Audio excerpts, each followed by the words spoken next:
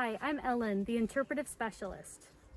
And I'm Nina, the Environmental Education Specialist here with Mid-Peninsula Regional Open Space District. Come with us to explore seasonal changes. Today, we're at Alpine Pond in Skyline Ridge Open Space Preserve. Right now at Alpine Pond, we're transitioning from the dry summer season to the fall season, which is marked by a decrease of sunlight, increase of moisture, and cooler temperatures. These environmental conditions impact plants in different ways, including slower plant growth and the fruiting season starting to close. So this less availability for food impacts animals as they prepare for the winter season. Thinking in a worldwide context, humans rely on plants for a critical amount of the food that we eat in order to survive. So as we prep for winter as humans, we are celebrating the fall harvest season. Often the images that we think about for fall have dramatic changes from season to season. So it makes us wonder in Northern California if we are experiencing fall at all. Well, come along with me and we'll discover along the Alpine Loop Trail the different plants that are reacting to these environmental conditions in the fall season. Here we are with some poison oak. Poison oak is a pretty common plant in the Midpen preserves, and it is a good idea to learn how to identify it. Now is an especially good time in the fall to learn how to identify poison oak because some of the leaves are actually starting to change colors. So you may have heard leaves of 3, let it be, and that's because the leaves do grow in these clusters of 3.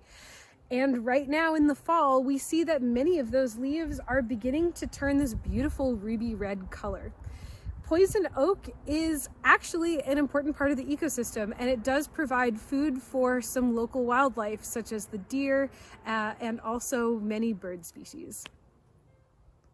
Let's take a closer look at the poison oak leaves. Notice the changing colors, shiny surface, and cluster pattern. We've come across the blackberry bush. You can tell that it's a blackberry, not poison oak bush, because it has some thorns on the stems. The leaves are a little fuzzier. Let's take a closer look at the blackberry flowers, which give way to ripe berries in the fall. The blackberries right now are really important for animals like foxes, raccoons, and many types of bird species that take advantage of this fruiting plant right now as they prepare for winter time. So now let's talk about deciduous versus evergreen plants. Deciduous plants lose most of their leaves seasonally, whereas evergreen plants keep their leaves throughout the year, and they have special leaves that are resistant to extreme conditions. So how do we know what's a deciduous versus evergreen plant? Well, to get a really thorough answer, you'd need to make observations throughout the year. Right now, there's many leaves that are on the ground, but we don't have quite enough info to know what's deciduous or evergreen. So let's find out more. To definitively answer the question, is this plant deciduous or evergreen? Your best idea is to go to a reputable resource. CalFlora and iNaturalist are online resources that Midpen visitors can use to identify specific plants. But we can learn a lot about plants by observing their leaves. So let's take this canyon oak leaf. We notice that it's very, very dark green. It has this plasticky coating on it, and that it is fairly thick and not super bendy.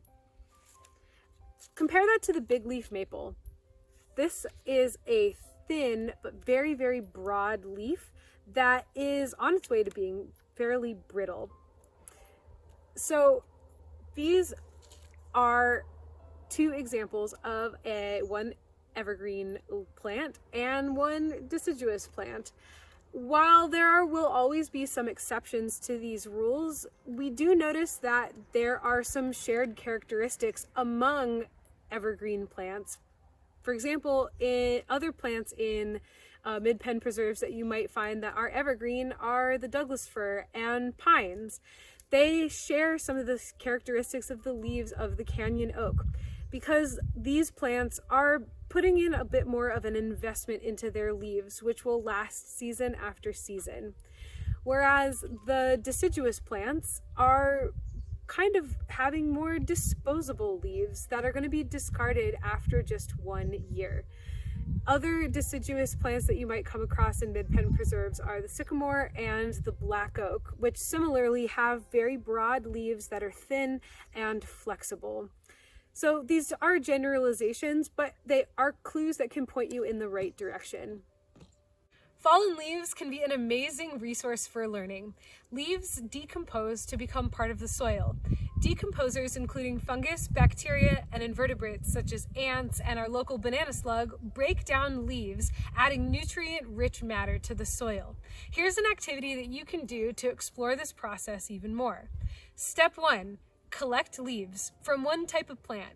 Make sure to keep living leaves on the plant and only pick up leaves from the ground for this activity.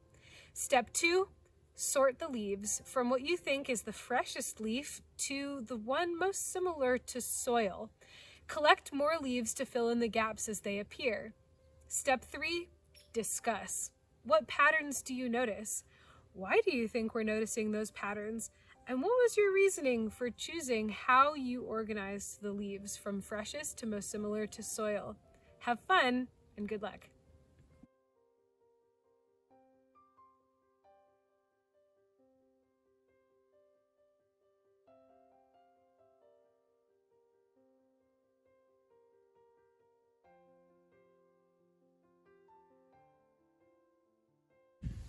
Thanks for coming to explore some of the seasonal changes at Alpine Pond.